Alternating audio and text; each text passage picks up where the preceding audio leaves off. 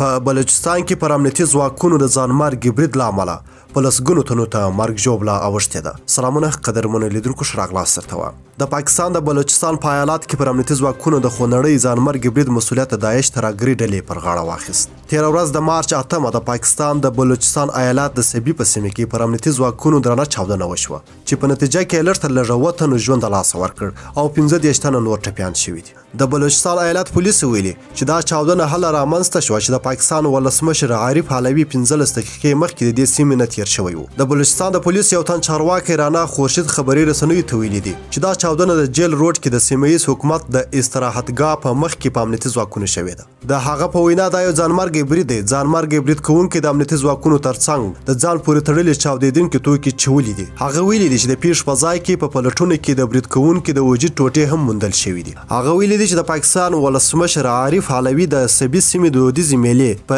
اختتامیه غونډې د ګډون او د میلې نه د راستنېدو نه 15 دقیقې وروسته چاودنه وشوه. د پیښې نه سم د لاسه وروسته امنیتي ځواکونو سیمه محاصره کړه او ټپیان یې روغتونونو ته انتقال کړه. د بلوچستان د حکومت ویان خبري رسنیو ته ویلي دي چې په دې پیښه کې 7 تنو ژوند له لاسه ورکړی او 15 تنه نور ټپیان شوي دي. د ټپیانو د بعضو روغتیایي حالت ښه نه و چې د لا ښه تداوي په مخه د کویټې روغتونونو ته انتقال شوي دي. د ویلو ده چې د برید مسؤلیت د داعش ترهګرې ډلې په غاړه واخیست. دا په پاکستان کې په تېره یوه اونۍ کې دویم ځانمرګ برید دی چې رامنځته کیږي. د تېرې جمعې په ورځ د پاکستان د خیبر پښتونخوا ایالات په مرکز پېښور ښار کې د قیصه خوانۍ په سیمه کې د شیعهګانو په جومات کې د جمعې د لمانځه پر مهال د ځانمرګ برید شوی و چې په نتیجه کې لږ تر لږه 15 تنه ژوند له لاسه ورکړی و او نږدې 200 تنه نور ټپیان شوي وو. د تېر برید مسؤلیت هم د داعش ترهګرې ډلې پر غاړه اخیستی و. ډېره مننه چې ویډیو مو راسره تر پایه وکتل. تر بیا او بلې ویډیو د الله په امان.